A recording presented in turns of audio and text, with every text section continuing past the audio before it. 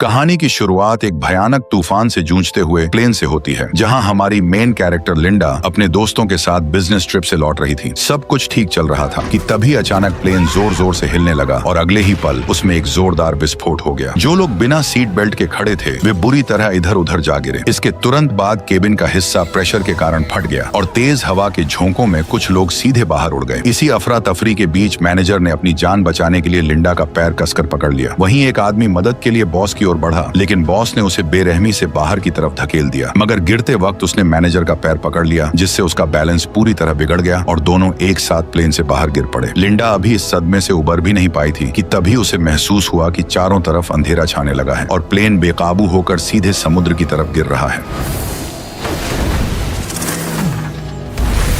खुशकिस्मती से टक्कर का एंगल ऐसा था कि प्लेन तुरंत फटा नहीं और उसकी जान बच गई। लेकिन तेजी से अंदर घुसते पानी को देखकर लिंडा ने तुरंत सीट बेल्ट खोली और तैरकर बाहर निकल आई। लेकिन बच जाने के बाद भी उसे कोई राहत नहीं मिली, क्योंकि वह अब एक सुनसान और कभी खत्म न होने वाले समुद्र के बीच फंसी हुई थी। तभी दूर उसे एक छोटा सा टापू नजर आया और वह पूरी ताकत लगाकर उसकी तरफ तैरने लगी। सुबह होते ही वह किसी तरह उस टापू तक पहुंच गई और फिलहाल उसकी जान बच गई। लेकिन उसे अंदाजा नहीं था कि असली खतरा तो अब शुरू होने वाला है। थोड़ी दूर चलने के बाद उसकी नजर किनारे पर पड़े एक आदमी पर गई। वह तुरंत उसकी तरफ भागी और पास जाकर देखा तो उसे पता चला कि वो कोई और नहीं बल्कि उसका बॉस ब्रैडली था। वह भी हादसे में बच गया था और बेहोशी की हालत में लहरों के साथ बहकर यहाँ तक आ पहुंचा था। हालांकि गिरने के दौरान उसकी टांग टूट गई थी, लेकिन बाकी लोगों में से सिर्फ वही बचा था। पर फिर भी लिंडा उसे देखकर खुश नहीं थी, क्योंकि कंपनी में वह सबसे ज्यादा उसी से नफरत करती थी। दरअसल वह स्ट्रेटेजी डिपार्टमेंट की सबसे काबिल कर्मचारी थी और अपनी मेहनत से बॉस का भरोसा जीतकर मैनेजर बनने वाली थी। लेकिन ज्वाइनिंग से ठीक पहले बॉस की मौत हो गई और उसका बेटा ब्रैडली कंपनी का मालिक बन बैठा। बॉस बनते ही उसने लिंडा का प्रमोशन छीन लिया और वह पोस्ट अपने चापलूस दोस्त को दे दी। इतना ही नहीं, वह अपने दोस्तों के साथ मिलकर अक्सर लिंडा को नीचा दिखाने लगा। यह सोचकर लिंडा के मन में आया कि वह उसे वहीं छोड़ दे, लेकिन उसने सोचा अगर वो उसकी मदद करेगी तो वह फिर से मैनेजर बन सकती है। इसलिए उसने तुरंत एक नुकीला पत्थर उठाया और उससे केले के पत्ते काटने शुरू कर दिए। फिर पेड़ का सहारा लेकर एक फ्रेम बनाया और पत्तों और टहनियों को बेल से बांधकर एक छोटी सी झोपड़ी तैयार कर दी। धूप से बचने का इंतजाम करने के बाद उसने पानी का जुगाड़ करने की सोची। उसने रेत में गड्ढा खोदा और उसमें नारियल के छिलके रखकर ऊपर पत्ते लगा दिए। कुछ ही देर में बारिश शुरू हो गई और उसने आसानी से पीने लायक पानी जमा कर लिया। बारिश थमते ही मौसम साफ हो गया और काफी देर बाद ब्रैडली को होश भी आ गया। लिंडा तुरंत उसके पास पहुंची और उसे पानी पिलाने लगी। जब ब्रैडली को पता चला कि लिंडा ने उसकी जान बचाई है, तब उसने झिझकते हुए उसे थैंक यू बोल दिया। इसके बाद लिंडा ने उसके सामने अपनी काबिलियत दिखाते हुए लकड़ी रगड़कर आग जलाई और जल्द ही उसने एक मछली पकड़कर उसे पका भी लिया। लेकिन ऐशो आराम की जिंदगी जीने वाले ब्रैडली के लिए ये मछली किसी कचरे से कम नहीं थी। फिर भी पेट भरने के लिए उसे बिना नमक मसाले वाली वो मछली मजबूरी में निगलनी पड़ी। लेकिन लिंडा को इस खाने से कोई दिक्कत नहीं थी, बल्कि वह तो इस जगह पर फंसने के बाद भी बेहद खुश थी, क्योंकि उसे यहाँ कोई भी नीचा दिखाने वाला नहीं था और वो खुशी खुशी यहाँ कई दिन बिता सकती थी। धीरे धीरे कुछ दिन गुजर गए और यहाँ माहौल का असर दोनों पर साफ दिखने लगा। एक तरफ लिंडा जो छोटी सी चीज पाकर भी खुश हो जा रही थी, वहीं ब्रैडली किसी तरह यहाँ से निकलना चाहता था। उसने पूछा कि उसने अब तक किनारे पर कोई SOS सिग्नल क्यों नहीं बनाया या आग को बड़ा क्यों नहीं किया, ताकि किसी की इस टापू पर नजर पड़ सके। उसके मुताबिक लिंडा को पहले यही करना चाहिए था, लेकिन उसने ऐसा कुछ भी नहीं किया। इसी बात पर वह उल्टा गुस्से में चिल्लाते हुए उसे ताने मारने लगा कि वह यहाँ बेवजह उसकी देखभाल का बस एक नाटक कर रही है। खुद टूटी टांग के कारण लाचार था, फिर भी लिंडा की इतने दिनों की मदद के बाद भी वो उसे अपना हक समझ रहा था। उसकी बातें सुनकर लिंडा को समझ आया कि वह केवल चापलूसी से उसका दिल नहीं जीत सकती है। उसे उसकी असली अहमियत तभी समझ आएगी जब उसे कोई तकलीफ होगी। यही सोचकर लिंडा बिना कुछ कहे वहाँ से उठी और उसे अकेला छोड़कर चली गई। शुरुआत में ब्रैडली उसकी इस हरकत पर भी ताने मारता रहा, लेकिन कुछ ही देर बाद उसे एहसास होने लगा कि उसने कितनी बड़ी गलती कर दी है। फिर भी वह घमंडी बना रहा और लिंडा के खुद व खुद लौटने का इंतजार करने लगा। लेकिन ऐसा ही करते करते पूरा एक दिन बीत गया और आखिरकार उसका घमंड टूटने लगा। लेकिन रात तक भी लिंडा वापस नहीं आई। गहरी रात में तेज तूफान चलने लगा और कुछ ही देर में लिंडा की बनाई झोपड़ी भी उड़ गई। अगले ही दिन तपती धूप ने हालत और खराब कर दी। ज्यादा गर्मी की वजह से ब्रैडली डिहाइड्रेशन के चलते बेहोश हो गया। जब लिंडा उसे काफी तड़पा चुकी थी, तब वह पानी लेकर वापस आ गई। उसे देखते ही ब्रैडली ने बिना कुछ सोचे तेजी से पानी पीना शुरू कर दिया। अब उसे समझ आ गया था कि वह पूरी तरह लिंडा पर ही निर्भर है और वह उस पर अपना हक नहीं चला सकता। लेकिन तभी उसकी नजर उस भाले पर पड़ी जिसका इस्तेमाल लिंडा खतरनाक जंगली सुअर के शिकार के लिए करने वाली थी। उसे पता था कि वह सुअर बेहद जानलेवा है, इसलिए उसने लिंडा को जंगल में जाने से मना किया, क्योंकि अगर लिंडा को कुछ हो गया तो उसकी खुद की जान भी खतरे में पड़ जाएगी। लेकिन लिंडा ने उसकी एक भी बात नहीं मानी और वह सीधे जंगल के अंदर चली गई। जब वह चुपके से शिकार को ढूंढ रही थी, तभी अचानक उस जंगली सूअर ने लिंडा को टक्कर मारकर हवा में उछाल दिया।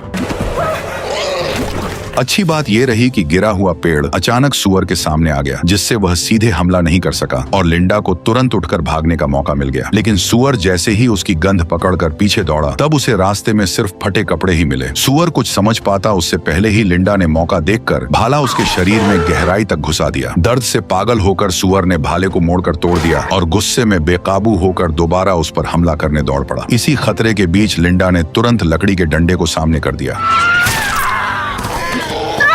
आखिरकार लिंडा ने उसे मार गिराया। सूअर का कटा हुआ सर देखकर ब्रैडली पूरी तरह हिल गया और पहली बार उसे समझ आया कि असल में लिंडा बहुत खतरनाक और ताकतवर है, जिससे अब ब्रैडली लिंडा से डर के रहने लगा। कुछ दिन बाद जब लिंडा जंगल में सामान ढूंढ रही थी, तो उसे एक झरना मिला जहां से साफ पानी सीधे पिया जा सकता था। अब उसे पानी की चिंता नहीं रही और वह इस खोज से काफी राहत महसूस करने लगी। लेकिन उसकी यह खुशी ज्यादा देर नहीं टिक पाई, क्योंकि तभी उसे दूर से इंजन की तेज आवाज सुनाई दी। आवाज सुनते ही लिंडा तुरंत उस तरफ दौड़ पड़ी। वहां पहुंचकर उसे एक बोट दिखाई दी, जिसे देखकर उसकी आंखों में एक उम्मीद जाग उठी। लेकिन जैसे ही वह मदद के लिए चिल्लाने वाली थी, तभी वह अचानक रुक गई। उसे एहसास हुआ कि अगर वह वापस लौट गई तो उसे फिर से वही घिसी पिटी जिंदगी जीनी पड़ेगी। किसी और बॉस के नीचे झुककर काम करना होगा और हर दिन उसके ताने सुनने पड़ेंगे। लेकिन अगर वह यहीं रुकती है तो वह अपनी मर्जी की मालिक होगी, उसे किसी का कहना नहीं मानना पड़ेगा और जो चाहेगी वही कर पाएगी। इन्हीं ख्यालों में उसने फैसला कर लिया कि वह इस टापू को नहीं छोड़ेगी। इसलिए वह तुरंत छुप गई और धीरे धीरे नाव को दूर जाते हुए देखती रही। वापस आने के बाद उसने ब्रैडली को इस बारे में कुछ नहीं बताया, लेकिन ब्रैडली सिर्फ मजबूरी में उसका कहना कर रहा था। असल में वह इस टापू पर हमेशा रहना नहीं चाहता था। 2 हफ्तों की इस जंगली जिंदगी ने उसे पूरी तरह बदल दिया था और उसका सब्र अब टूटने लगा था। उसने लिंडा से एक नाव बनाने को कहा ताकि उसकी मदद से वह पास मौजूद बोट तक पहुंच सके और कोई उन्हें देख सके। लेकिन लिंडा ने उसकी बात सुनते ही इसे बेहद खतरनाक बताते हुए नाव बनाने से साफ इनकार कर दिया। यह सुनकर ब्रैडली का गुस्सा फूट पड़ा, क्योंकि जब से वे इस टापू पर फंसे थे, तब से लिंडा ने उसकी एक भी बात नहीं मानी थी, जिससे वह खुद को रोक नहीं पाया। उसने लिंडा से अलग होकर अपना खुद का एक अलग कैंप बनाने और नाव तैयार करने का फैसला कर लिया। लेकिन जैसे ही वह अकेले काम करने लगा, उसे एहसास हुआ कि यह उतना आसान नहीं है जितना वह समझ रहा था। उसे आग जलाने तक का सही तरीका नहीं आता था और टूटी टांग की वजह से वह ज्यादा दूर भी नहीं जा सकता था। मजबूरी में वह नारियल के खोल से बारिश का पानी जमा करने लगा। किसी तरह उसने एक छोटी झोपड़ी खड़ी की और रेत पर हेल्प लिखकर मदद का इंतजार करने लगा। लेकिन 2 दिन बीत जाने के बाद भी समुद्र से कोई जवाब नहीं आया। भूख से परेशान होकर वह मजबूर हो गया और आसपास के कीड़ों को खाने की कोशिश करने लगा। लेकिन जैसे ही उसने उन्हें खाया, उसे इतनी घिन आई कि वह तुरंत उल्टी कर बैठा। उधर लिंडा के पास एक से एक बढ़िया स्वादिष्ट खाना था, जिसे वह आराम से मजे लेकर खा रही थी। अपनी हालत देखकर ब्रैडली का घमंड पूरी तरह टूट गया। वह शर्मिंदा होकर टांग की परवाह किए बिना घुटनों के बल बैठ गया और उससे माफी मांगने लगा। उसका यह बदला हुआ रवैया देखकर लिंडा हंस पड़ी और उसने उसे फिर से अपने साथ शामिल कर लिया। इतनी बेइज्जती महसूस करने के बाद भी ब्रैडली अंदर ही अंदर लाचार था, इसलिए वह चुपचाप सही मौके का इंतजार करने लगा। करीब आधा महीना गुजरने के बाद उसकी हालत सुधरने लगी। तब लिंडा उसे टापू की सबसे ऊंची चोटी पर ले गई, जहां पहुंचना तो मुश्किल था, लेकिन वहां से दिखने वाला नजारा कमाल का था। लिंडा ने समझाया कि असली खतरा इसी खूबसूरत दिखने वाले इलाके में छिपा हुआ है। फिर उसने रास्ते के किनारे लगे कुछ जामुन जैसे फल तोड़े और बताया कि इनमें ऐसा जहर होता है जो शरीर को सुन्न कर देता है। इसके बाद उसने उन फलों का रस अपनी बाह पर लगाया, जिससे कुछ ही देर में उसकी स्किन पर लाल दाने उभर आए। आगे बढ़ते ही लिंडा ने एक्स जैसी बनी चट्टानों की ओर इशारा किया और बताया कि उसके आगे का पूरा इलाका कांटों और जहरीली बेलों से भरा हुआ है, इसलिए उसने सख्त चेतावनी दी कि उस जगह पर कभी भी सामान ढूंढने मत जाना। ये सुनते ही ब्रैडली के दिमाग में एक चालाक प्लान आया और वापस लौटते समय उसने थकान का बहाना बना दिया। फिर वह धीरे से जहरीले फलों के पास बैठ गया। जैसे ही उसने चुपके से कुछ जहरीले जामुन तोड़े, तभी अचानक जमीन धंस गई और लिंडा नीचे जा गिरी। असल में वह जगह ऊपर से मजबूत दिख रही थी, लेकिन अंदर से पूरी तरह खोखली और कमजोर थी। ब्रैडली घबरा गया और तुरंत उसे ऊपर खींचने लगा। भले ही वह लिंडा से नफरत करता था, लेकिन वह उसे इस तरह मरते हुए नहीं देख सकता था। आखिरकार उसकी कोशिश से लिंडा की जान बच गई और पहली बार उसने बिना कुछ कहे ब्रैडली पर भरोसा करना शुरू कर दिया। कुछ ही दिनों बाद समुद्र में तेज तूफान आ गया। किनारे के पास बनी उनकी झोपड़ी इस आंधी में पूरी तरह टूट गई और पेड़ों के गिरने से हालात और खराब हो गए। अच्छी बात यह रही कि उन्हें पहले ही पास में एक गुफा मिल गई, इसलिए दोनों तुरंत वहां भागकर छिप गए। उस वक्त दोनों पूरी तरह भीग चुके थे और ठंड से बचने के लिए उन्हें अपने कपड़े उतारकर एक दूसरे से चिपक कर सोना पड़ा। इस नजदीकी के चलते लिंडा को धीरे धीरे ब्रैडली से प्यार होने लगा। जल्द ही ब्रैडली को जंगल में मौजूद हर जहरीले फल की पहचान हो गई। अपने हुनर को दिखाने और लिंडा का शुक्रिया अदा करने के लिए उसने आज रात खुद खाना बनाने का फैसला किया। लिंडा ने बिना ज्यादा सोचे उसकी बात मान ली और उसे मौका दे दिया। हैरानी की बात यह रही कि उसने जो खाना बनाया वह सच में काफी टेस्टी था, लेकिन जैसे ही लिंडा ने थोड़ा सा खाना खाया तभी अचानक उसे चक्कर आने लगे और उसकी नजर धुंधली पड़ गई। कुछ ही पलों बाद वह खुद को संभाल नहीं पाई और सीधे जमीन पर गिर पड़ी। लेकिन ब्रैडली ने उसकी तरफ पलटकर भी नहीं देखा और तुरंत जंगल की तरफ भाग गया। थोड़ी देर बाद वह एक लकड़ी की नाव खींचते हुए वापस लौटा। असल में उसे पहले ही समझ आ गया था कि लिंडा उसे यहाँ से जाने नहीं देना चाहती, इसलिए उसने चुपके से ये नाव तैयार कर ली थी और सही मौका मिलते ही उसने जहरीले फल खिलाकर उसे बेहोश कर दिया। अब वह खुशी खुशी उस गंदी सी नाव को पानी में धकेलने लगा और बिना पीछे देखे तेजी से समुद्र की तरफ बढ़ गया। लेकिन वह ज्यादा दूर नहीं जा पाया था कि अचानक एक बड़ी लहर ने उसकी नाव को तोड़कर रख दिया। अगले ही पल उससे भी विशाल लहर उठी और उसे सीधे समंदर के अंदर खींच ले गई।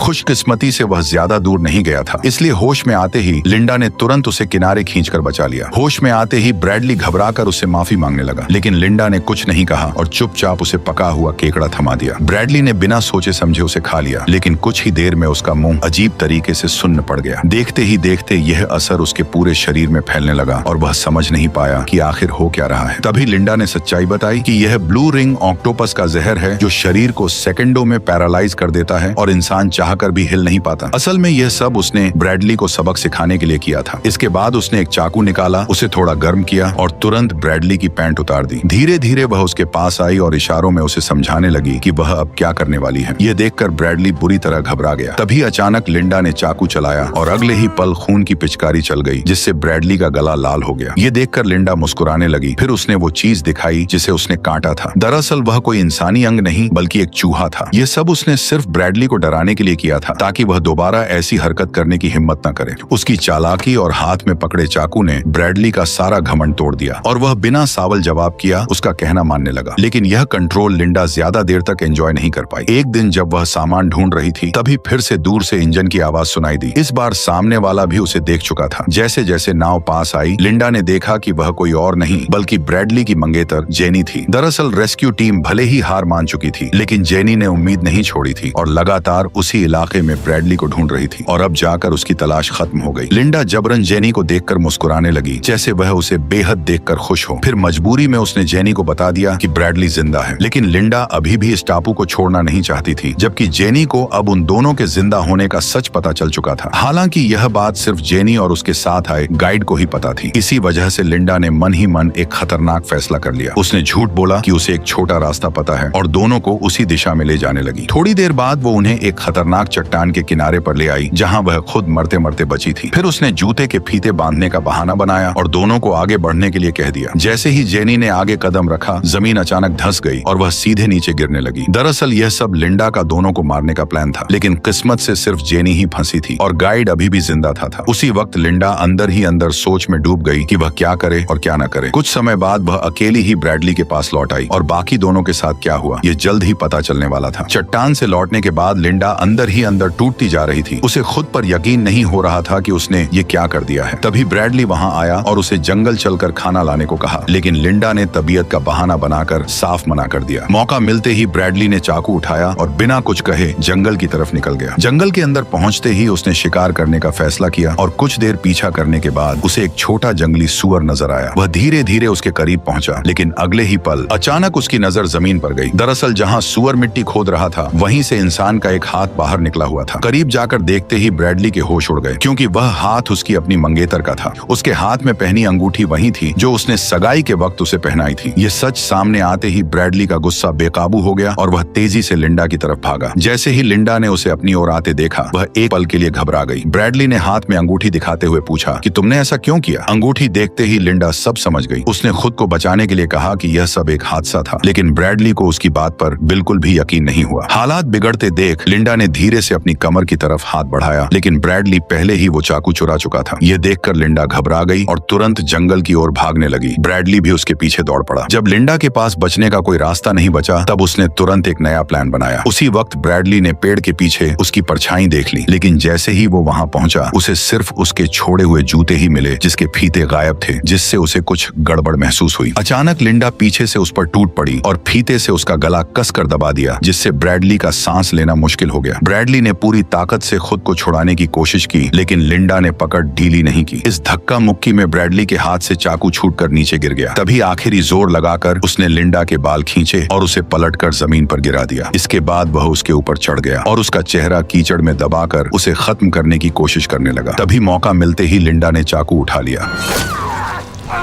जब लिंडा ने आंखों से मिट्टी हटाकर दोबारा देखा, तो ब्रैडली वहां से गायब हो चुका था। दरअसल वह उसी जहरीले इलाके की तरफ बढ़ रहा था जहां जाने से लिंडा ने मना किया था। ये देखकर लिंडा ने उसका पीछा नहीं किया और चुपचाप वापस लौट गई। काफी दूर तक भागने के बाद भी ब्रैडली के साथ कुछ नहीं हुआ, लेकिन जैसे ही उसने सामने देखा, तब उसके होश उड़ गए, क्योंकि दो विशाल चट्टानों के बीच उसे एक आलीशान विला दिखाई दिया, जिससे साफ हो गया कि यह कोई सुनसान टापू नहीं, बल्कि किसी का प्राइवेट आइलैंड है। उम्मीद की एक नई किरण के साथ ब्रैडली तुरंत वहां पहुंचा और मदद के लिए चिल्लाने लगा, लेकिन अंदर से कोई जवाब नहीं आया। तभी उसने देखा कि दरवाजा खुला हुआ है। घर के अंदर घुसते ही ब्रैडली ने जल्दी जल्दी लाइट ऑन की और हर जगह नजर दौड़ाकर कुछ काम की चीजें तलाशने लगा। तभी उसकी नजर फ्रिज पर पड़ी और उसे खोलते ही अंदर तरह तरह के मॉडर्न ड्रिंक्स सजे हुए दिखाई दिए। प्यास से बेहाल ब्रैडली ने तुरंत एक पानी की बोतल उठाकर पीने लगा, लेकिन तभी अचानक सब कुछ बदल गया। न जाने कैसे स्पीकर से लिंडा की आवाज गूंज उठी और उसकी बात सुनते ही ब्रैडली को पूरी सच्चाई समझ आने लगी। उसे एहसास हुआ कि जहरीले इलाके वाली सारी बातें झूठ थीं और सिर्फ उसे इस जगह से दूर रखने के लिए ये कहानी बनाई गई थी। अब लिंडा ने बिना किसी झिझक के सब कुछ साफ साफ बता दिया। असल में जो जहाज उसने पहली बार देखा था, वो हर महीने यहाँ सप्लाई देने आता था और उसी के जरिए उसे इस आलीशान विला का पता चला था। यहाँ आने के बाद उसने छुपकर दरवाजे का पासकोड देख लिया और फिर सही मौके पर इस जगह पर पूरी तरह कब्जा कर लिया। हालांकि असली मालिक यहाँ बहुत कम आता था, इसलिए वह हर बार सब कुछ साफ करके आराम से यहाँ रहती थी। किसी को शक भी नहीं होता था और सब कुछ उसके हिसाब से परफेक्ट चल रहा था। लेकिन जेनी के अचानक आने से उसका पूरा प्लान बिगड़ गया। अनजाने में हालात ऐसे बन गए कि उसे जेनी को मारने का कदम उठाना पड़ा।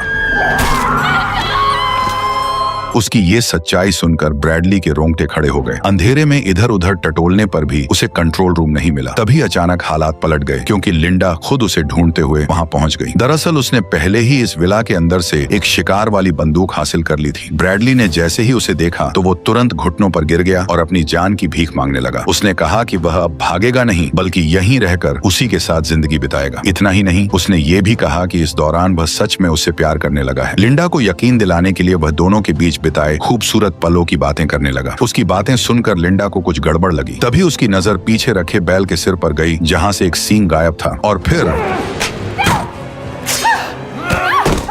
अगले ही पल लिंडा ने पास रखी गोल्फ स्टिक उठा ली, जबकि ब्रैडली ने भी बंदूक अपने हाथ में ले ली। लेकिन जैसे ही उसने ट्रिगर दबाया, बंदूक खाली निकली। असल में यह सब पहले से ही लिंडा का सोचा समझा प्लान था। अगले ही पल उसने बिना वक्त गवाए गोल्फ स्टिक उठाई और ब्रैडली पर लगातार वार करने लगी। आखिरी वार इतना जोरदार था कि ब्रैडली वहीं खत्म हो गया। यहीं पर कहानी भी खत्म हो गई। लिंडा ने पूरे विला को साफ करके खुद को एकमात्र जिंदा बची इंसान के रूप में पेश किया। फिर उसने इस पूरे हादसे को एक सर्वाइवल मिरेकल की तरह दिखाकर खुद को मशहूर बना लिया और धीरे धीरे वह बहुत अमीर बन गई।